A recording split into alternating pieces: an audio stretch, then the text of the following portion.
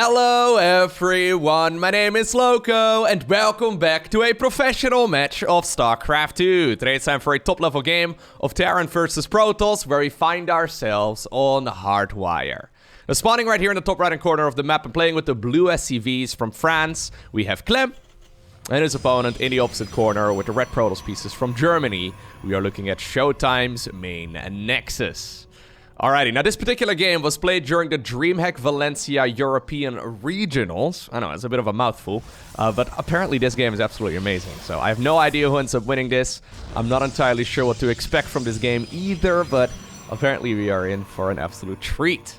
I'm also excited, not just for this game, but to just be back at home and casting by myself in this little room that I'm in right now.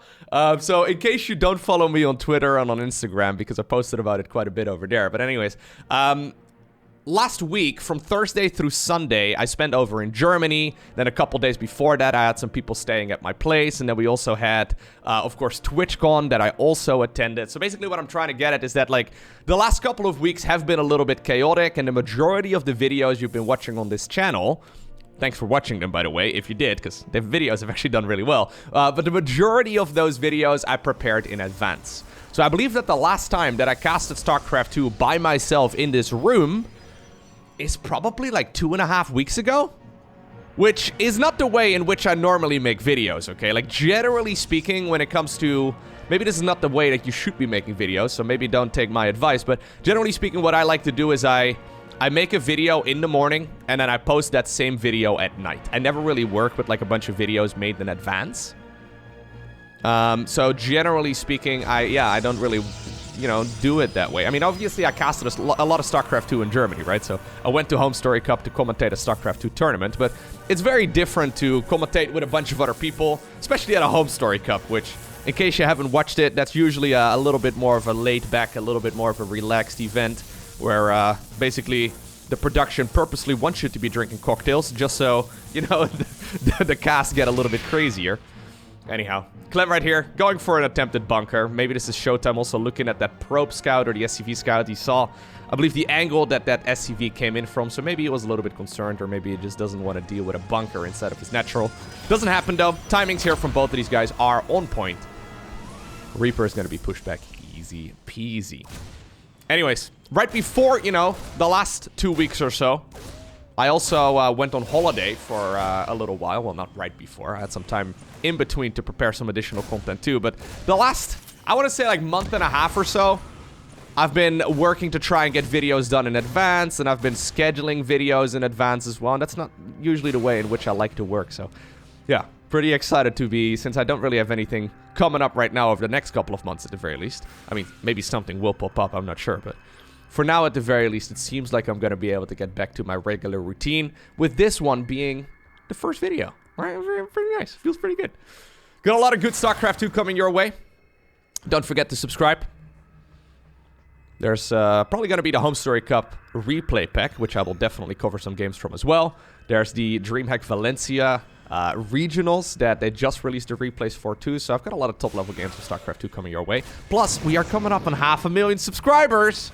It's taken a little while, but I've been making videos since 2008. It's taken a little while, but we're getting there. We're getting there eventually. Anyhow, very first Oracle going across the map. Quite an action-packed first few minutes of this game, but neither player really takes a lot of damage. It's not really what you expect at this level anyways. Looks like we're already thinking of going for a third Nexus pretty early on. Let's see if this Oracle can get any damage in. Viking is going to spawn. Marine's actually on the natural. Cyclone not out yet either. Alright. Hello. You hate to see that, like, okay, you see like 3 bruised SCVs. Not really what you want to have happen there. ShoWTimE maybe right-clicking or attack moving on the wrong target there a few times. Could have killed, I think, probably about 3 SCVs there rather than 2. Not a huge deal, though. You should be more than okay in this particular match. Now, it is going to be a pretty strong Marine production here from Mr. Clem. Yeah, right from the get-go, he's marching across with whatever he's got. At this point, there's a bunch of adepts available, but ShoWTimE doesn't really have anything to properly deal with these units. Third Nexus might actually be in some trouble.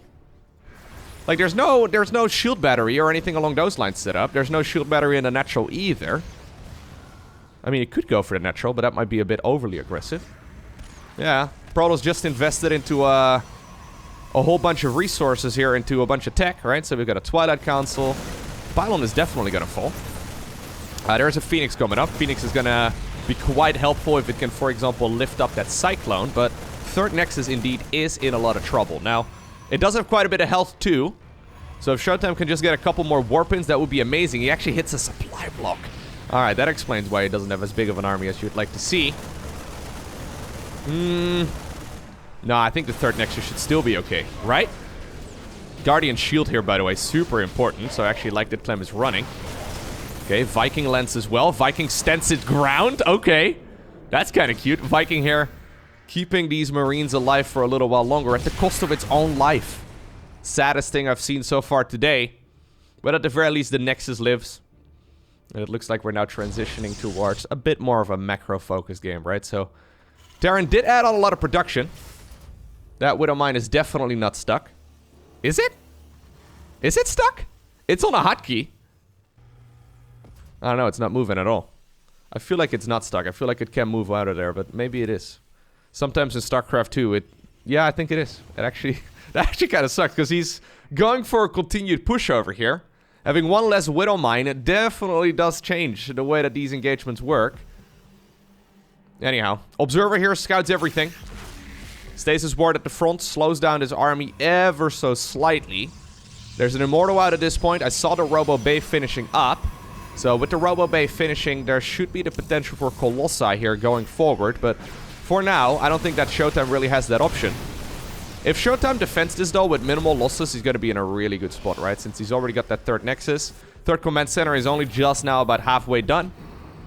He's going to like his economy quite a bit. There's the Colossus, though, coming up. Phoenix production still continues as well. Okay, good set of force fields. A very nice force fields. That does evacuate at least some of those units away from this army.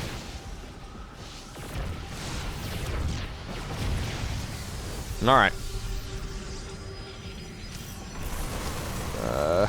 Okay, oof, battery overcharge there just to save the Oracle. I actually don't know if that's a great idea. Very soon, though, the laser giraffe is gonna pop out of that robotics facility. Unless Clem can snatch it as it pops, I think this should definitely make the defense here a little bit easier. Oh, he's gonna be so careful. This is, of course, a Colossus without range.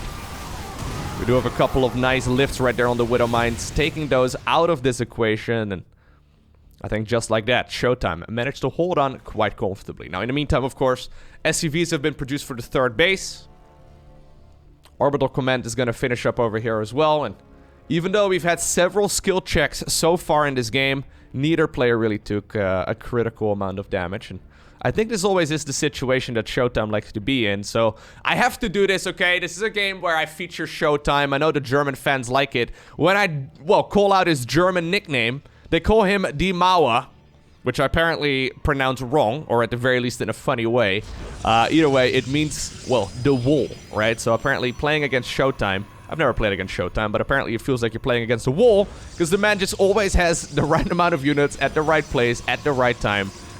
Easier said than done, of course. Takes about a decade worth of experience, but ShoWTimE generally is really good at playing that defensive game. It's also very hard, by the way. Especially with Protoss, saying splitting up your army. Like, right now, for example, if, like, you know, there would be a drop coming in, that's why those Phoenixes are patrolling over there. But you can be in a lot of trouble. You can't really just, you know, split up this force very easily. If you're a Zerg player, you probably don't quite realize exactly how slow this army is to reposition. With Zerg, you're like, oh, my army is at my fourth, and now it's in my main base. Doesn't really work like that with Protoss. The creep spread here, yeah, not, you know, existent, right? It's not as good for the Protoss to reposition their armies. Anyways. It goes wrong for ShoWTimE every once in a while as well, though. We see him accidentally losing games in the earlier stages of it. Every once in a while, too. Still making Phoenixes. If you're gonna make this many Phoenixes, I really feel like you need to go +1 flyer attacks. Like, we're already at, like, what, 10 Phoenixes here? 11 Phoenixes? We should really be at +1 flyer attacks. It makes them so much more powerful, especially with a fleet beacon coming up. Is that gonna be for Phoenix ranged? He's going double Stargate Phoenix right now. I feel like the fleet beacon has to be for a ranged upgrade, right? Or at the very least, well, maybe it doesn't have to be, but at the very least, it's something you want to add into the mix here. Yeah, nice couple of lifts, though, here from our Protoss player. In a way, this also nullifies a lot of that Widowmine play, because if the Phoenixes fly over the Terran army, they can actually drag the Widowmine shots into the Terran Bioforce, which, believe it or not, is not a great idea. Alright, we're going Phoenix Disruptor. This is not the way that we normally see ShoWTimE playing, but you know what? I'm here for it. Very cool. In the meantime, by the way, Clem at home. Securing the 4th Command Center. Okay, we're just going straight into carriers. Okay, don't get me wrong, okay? I like the Phoenix opener, but if you make this many, I really feel... Yeah, exactly. Get those upgrades going. So, that is the +1 flyer attacks, which I think we should have started up a little bit sooner. And this is the Anion Pulse Crystals, which is +2 ranged for Phoenixes. Which, you know, if you understand how the values work in StarCraft 2, that's a lot of additional range. It makes them significantly better. Obviously, not a particularly useful upgrade, though. I don't think in Protoss versus Terran anyways, but if you have, well, 2 digits worth of Phoenixes, it's definitely a nice thing to add into the mix. Just because. It's not super expensive, you may as well. Anyways, ShoWTimE going straight into the big carriers. There's a 3rd Stargate coming up. He's getting himself the +2 ground attacks as well. Which is gonna, I guess, make Zealots and whatnot a little bit more powerful. But yeah, Clem. He's playing against a Protoss player who's going straight for the Death Ball. Speaking of Death Balls, though, Clem already adding on the Ghost here as well.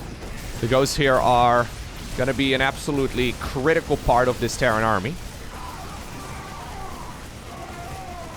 In Terran versus Protoss in particular, the EMP skill is super useful. EMP basically allows you to remove, well, the shields and also energy out of units that are affected by it in a big AoE circle. So this is the Enhanced Shockwaves upgrade. It basically makes that radius a little bit bigger. But here we go. This is the first time I believe that, yeah, the carriers are spotted. And you know what? The Annual Pulse Crystals here, the range upgrade for the Phoenixes, still very helpful against the Vikings too. Allows you to zone a little bit more comfortably. Protoss going for another base in the bottom right. This is just ShoWTimE going for a mass expansion strategy. But yeah, I feel like we're already past the scariest part of this game though, right? Okay. Clem is gonna attempt at least a big drop over here, but he knows that the Phoenixes are still out there somewhere. One of the Medivacs gets picked off, and that drop towards the main base of the Protoss player has been denied. Whenever you play this kind of style though as ShoWTimE, the scariest part is when you're being attacked, right? Before you're maxed out anyways. And right now, ShoWTimE, 200 supply into this game.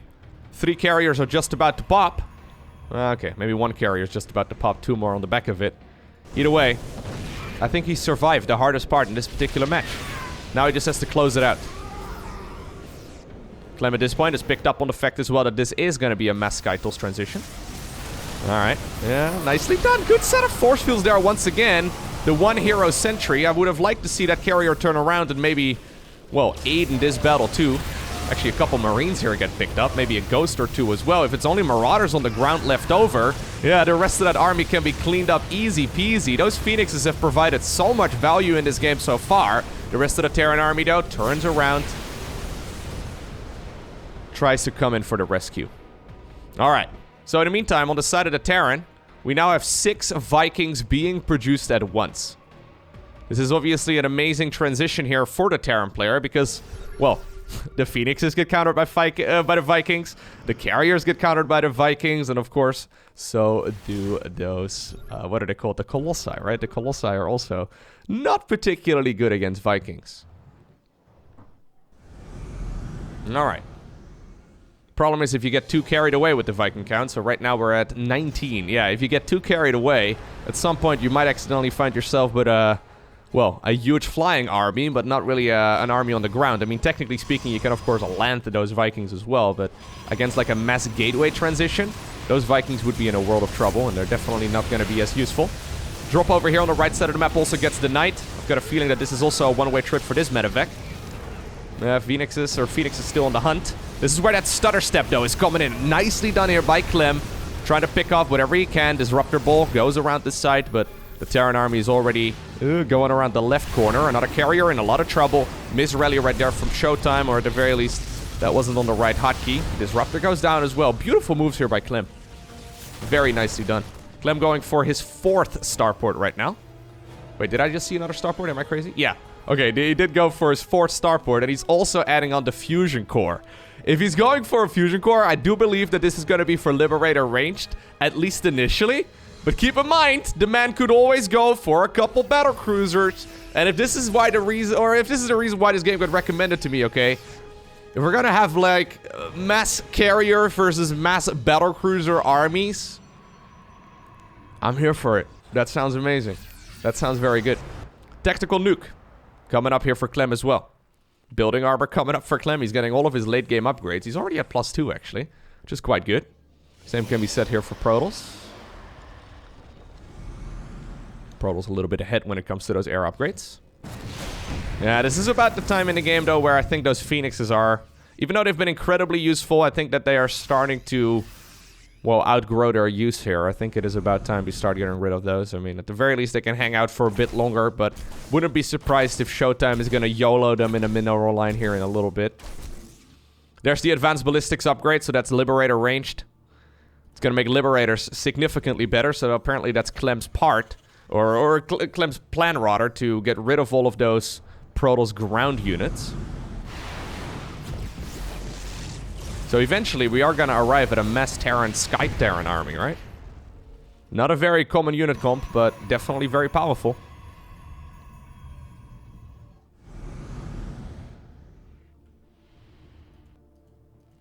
Alright. A lot of orbitals have already been added into the mix. Wouldn't mind seeing like a missile turret or two over here. I mean, I feel like if this was Mr. Beyond playing, he would definitely go for missile turrets right now. You know, like spore crawlers in the biggest intersections of this map. We have a couple over here. You do love to see it. It's very strong against these carrier-based forces. At the very least, that's what Beyond has been experimenting with recently.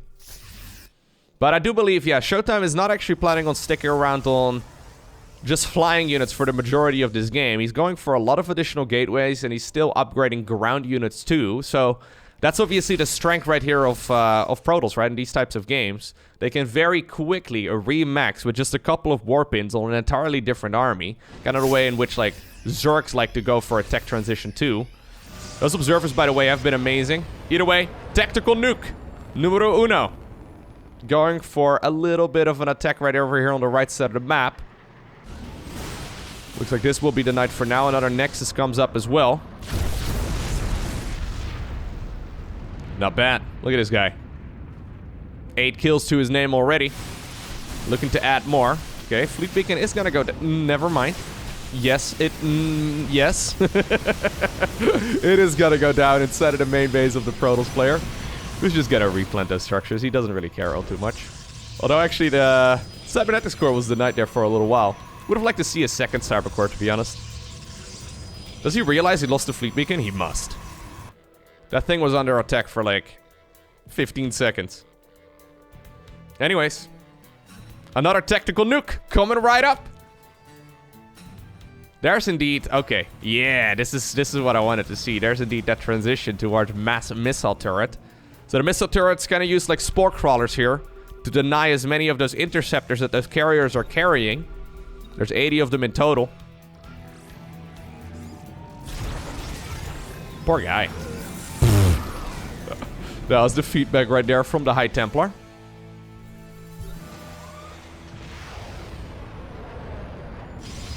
The next nuke. Ooh, this is a juicy one too. If ShoWTimE doesn't cancel this... okay, he does. I was gonna say, that would actually be quite costly. So a tactical nuke is 100 minerals, 100 gas. Not actually that expensive. Yeah, okay, so he's actually making them 2 at a time right now.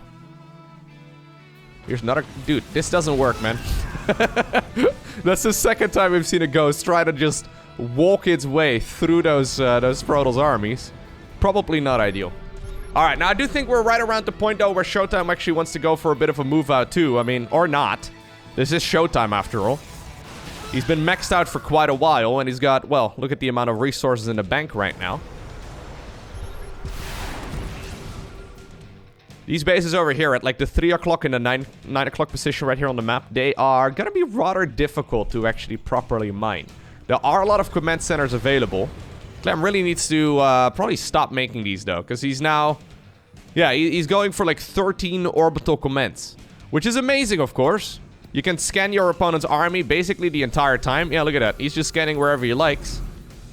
It is obviously, in theory, a great idea, but they're actually quite costly. If you add on like 10 additional command centers, that is a lot of resources caught up into things that aren't necessarily very useful when it comes to like your armies, right? Storm? Ooh, a lot of potential there for a big storm. Instead, it's gonna... Never mind. It's gonna say a snipe right there from those ghosts. Anyways, in case you're wondering where Clem's bank went, it's, well, all those command centers. So he can definitely remax, but if we look right here at the army values in this game so far, it's a lot of resources. So ShoWTimE can remax a second time on this exact same army. Clem currently does not have that luxury. Command center coming up at the 3 o'clock position. And next is building right here on the left side of the map very soon as well.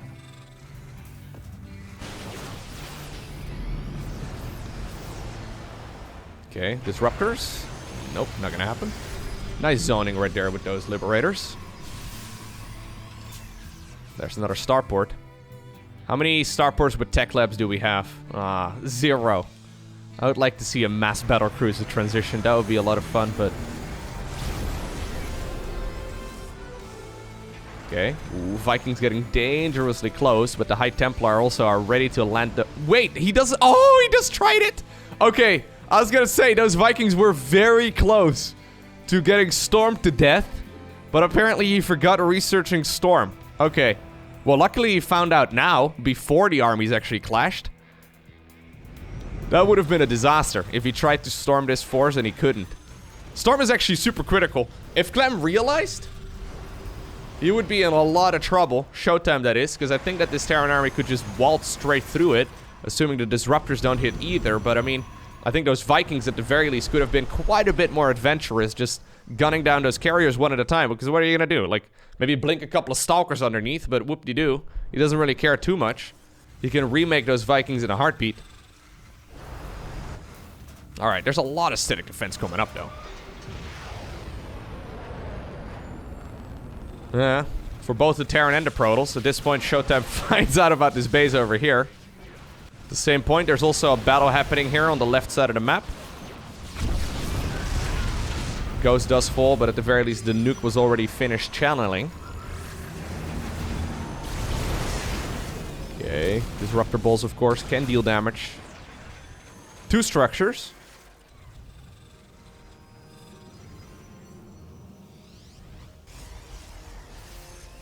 So both of these guys are mostly just trying to mine out whatever they can, right? So they're desperately trying to deny one of the bases of the opponent. If ShoWTimE could, for example, mine this base right over here, that would be absolutely amazing, right? So he does decide to go in for a pretty aggressive move. Nuke over here on the left side of the map does deal some damage. A few additional probes end up going down.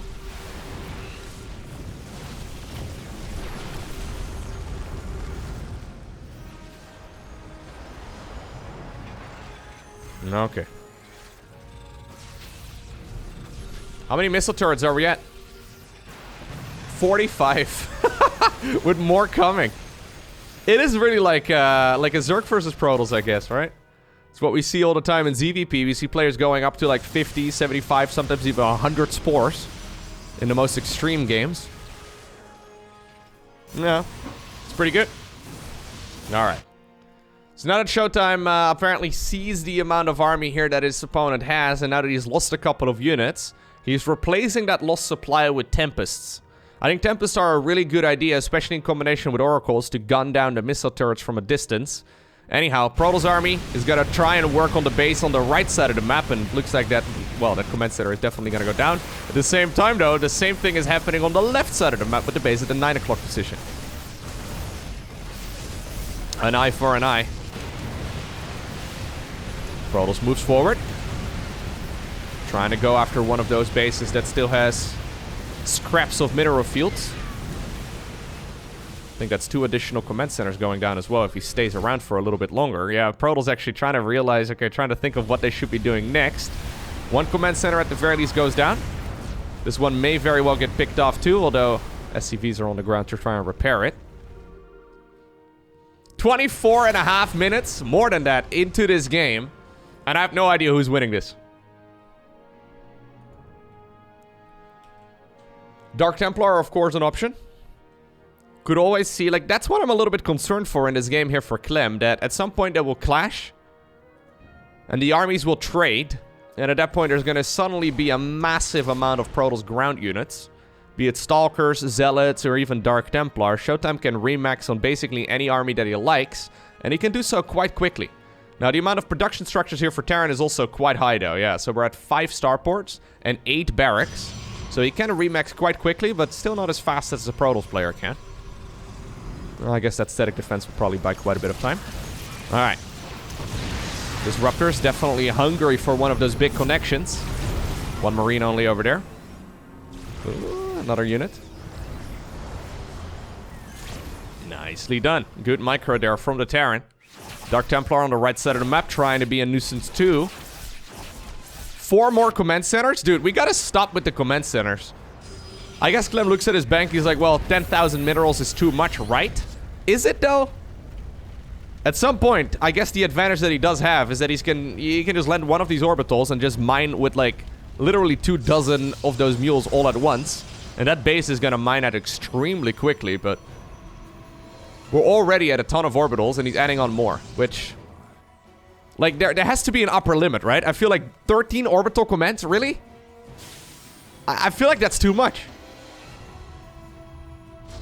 Well, Clem would like to prove me wrong.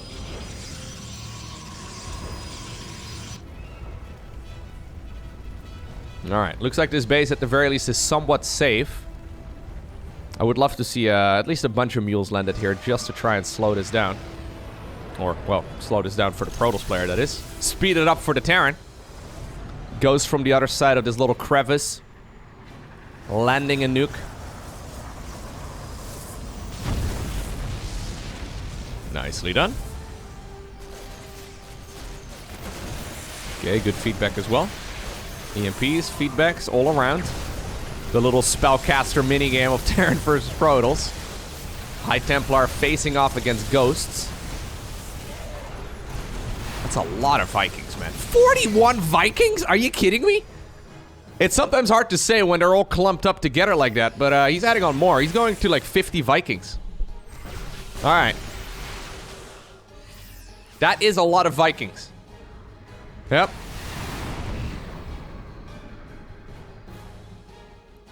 I was gonna say that Terran army really doesn't look particularly big.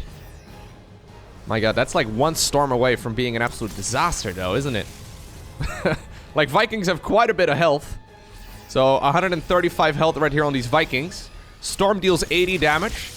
Assuming the units actually chill in the storm, right? For the full duration of it. But definitely, yeah, a very scary spell, that's for sure. I would like to actually see some Archons added into the mix here for ShoWTimE. I think that would probably be pretty good, but yeah, he doesn't really have the supply at this point to waste. Terran army is definitely a little bit faster, though, than the Protoss here. Huge Revelation is going to reveal exactly where that army is moving around. Scans just constantly being used. Well, that's one advantage of having 13 orbitals. 14. You can just, yeah, scan wherever you like. Scan all day, every day. Interestingly enough, for some reason, this base over here is still... Okay. Really? 3 mules is all we can spare. Okay, well, a couple more coming down.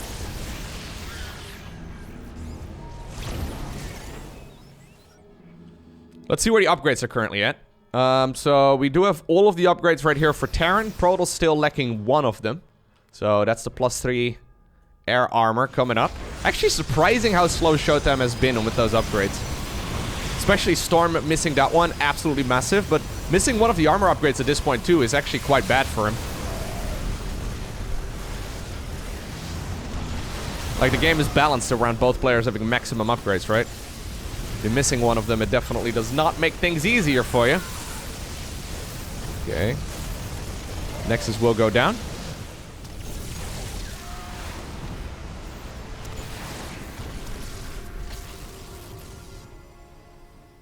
So the main reason why we don't see Clem just stutter-stepping one unit at a time is Sonic Storm, and the fact that Revelation is constantly used right here on his army. So those Tempests, they can shoot significantly further away than the Vikings can.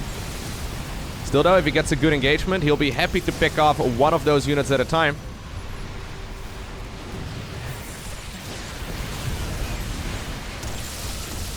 Okay, more Ghosts added into the mix too. Ghosts absolutely critical because of that EMP. At this point though, Command Center here on the left side has been zoned away. Yeah, love the movement right there on those Disruptors. Instead, the Terran army is thinking about coming in from the side.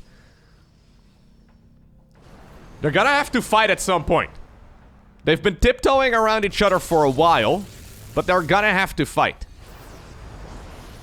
A lot of these Vikings are also actually relatively low in hit points. They don't regen health, obviously. They need to, yeah, be repaired back up. ShoWTimE with 20,000 resources in the bank. EMPs so far have been absolutely lethal too. ShoWTimE tiptoeing back towards the safety of the shield batteries. One battery overcharge, one super battery can change the tide of battle very quickly. The Mama ship coming up. Very nice. Yeah, Zealots and Dark Templar have been an absolute nuisance on the right side of the map too, just constantly denying this expansion.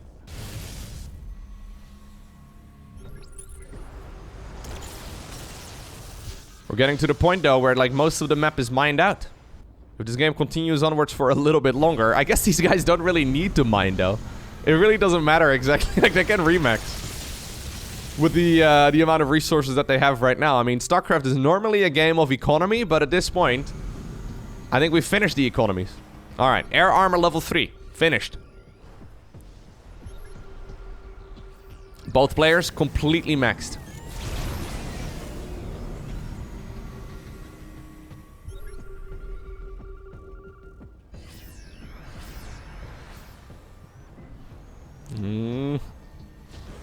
So the High Templar and the Ghosts are constantly trying to get the better of one another. High Templar in the back though as the Ghosts move to the front, and as the Ghosts go to the back, the High Templar moves to the front. Yeah, ShoWTimE, you really don't need those resources, man. I understand that you want to have 30,000 resources in the bank, but I'm not entirely convinced that that is what we need. One thing you can do to make your army bigger here is get rid of the workers. So I don't think Clem is going to rebuild SCVs that he loses here. He really doesn't need to. He just needs SCVs to mine gas. Anyways, Terran army coming around the side. There's the Mama ship as well. Mama ship actually completely on its own.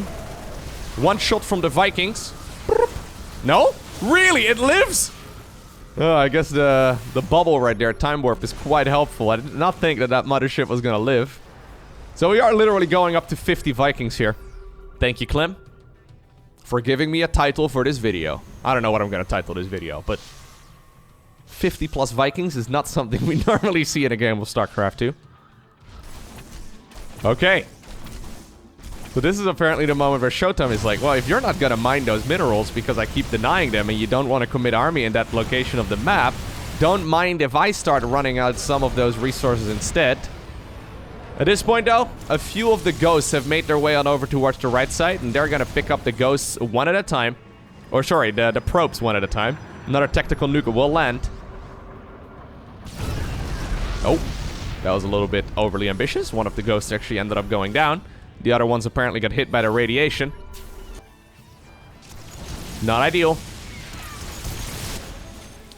This is just one of the fights going on in this game, okay? I feel like a real fight is happening over here. I wouldn't mind seeing a couple SCVs pooled just to repair those Vikings. Because even though they're all very much so alive, it is, like, I'm a little afraid that there's going to be, like, one big storm and that just ends this game. Okay, good feedbacks right there as well. Ghosts did end up staying alive, so at the very least, yeah, as long as Clem pulls them back, they're going to be able to regen. Hey, there it is. 51. 51 Vikings. 50 plus. 34 minutes into this game. I don't know who wins this. Most StarCraft games are decided by like minute 4. Okay, maybe minute 7. Ghosts. Ooh, gotta be so careful. Never say die. Alright. Planetary Fortress in the top left. Yeah, running out.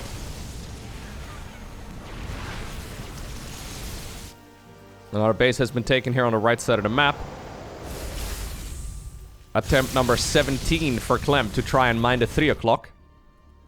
ShoWTimE definitely could move a few of his... Well, he actually has no probes. He's got... It's 14 versus 12 workers at this point. Okay, here we go. Is this the point that we've been waiting for? Vikings moving forward. Storms, though, pushing them back. A couple of the interceptors here are being killed. And actually, Clem gets rid of those rather quickly. Another very nice storm there from the German Protoss. Interceptors do take a while to rebuild. Okay, that's one of the carriers popping in just a heartbeat. Time warp over there, slowing down unit movement speed as well as attack speed. Massive storm does clean up a lot of those ground units, and another carrier falls. Every time you see a volley of those Vikings, they will be able to kill a carrier. There we go. There's another one. I always wonder if there's too many at this point. Yeah, he's lost quite a few, and he's still one-shotting. Massive advantage, though, at this point here for ShoWTimE, who's been waiting for that huge, juicy storm for a very long time. Apparently, this is the point at which Clem is like, okay, shit, I gotta rebuild. Maybe you need to go for some Liberators here, my man, because this Protoss army is, like, on a bulldozing mission at this point. Protoss managed to max out again in a heartbeat. He ended up losing a ton of his army, and that's nice and all, but he went for a mass ground toss approach right now. So rather than rebuilding more and more carriers, which is maybe what Clem was hoping for, because the carriers take like a minute to produce, he decided to just warp in a whole lot of Stalkers and go. Disruptors are here. He's pushing back this force. Mama ship, okay, provides the cloak. Barely gonna keep this army alive. 4 additional barracks are coming up right now. They're coming up at the 3 o'clock position. I really wonder if Clem overdid it with the amount of command centers that he built. I mean, right now he doesn't have that many anymore. Another massive storm does go down, but the Mama ship also gets picked off. Vikings, might be time to land. He's thinking about just flying over this army. Yeah, he wants to kill those Tempests first and foremost, but now the Stalker army, quite formidable. There's another huge group of Stalkers moving towards the front. GG is called. Just like that, ShoWTimE, with a massive ground transition, obtains the victory. Even though this game was incredibly close up to about 2 minutes ago, ShoWTimE sweeps the floor with that Terran army, loses a bunch of his own stuff as well, and remaxes with the good old Stalkers.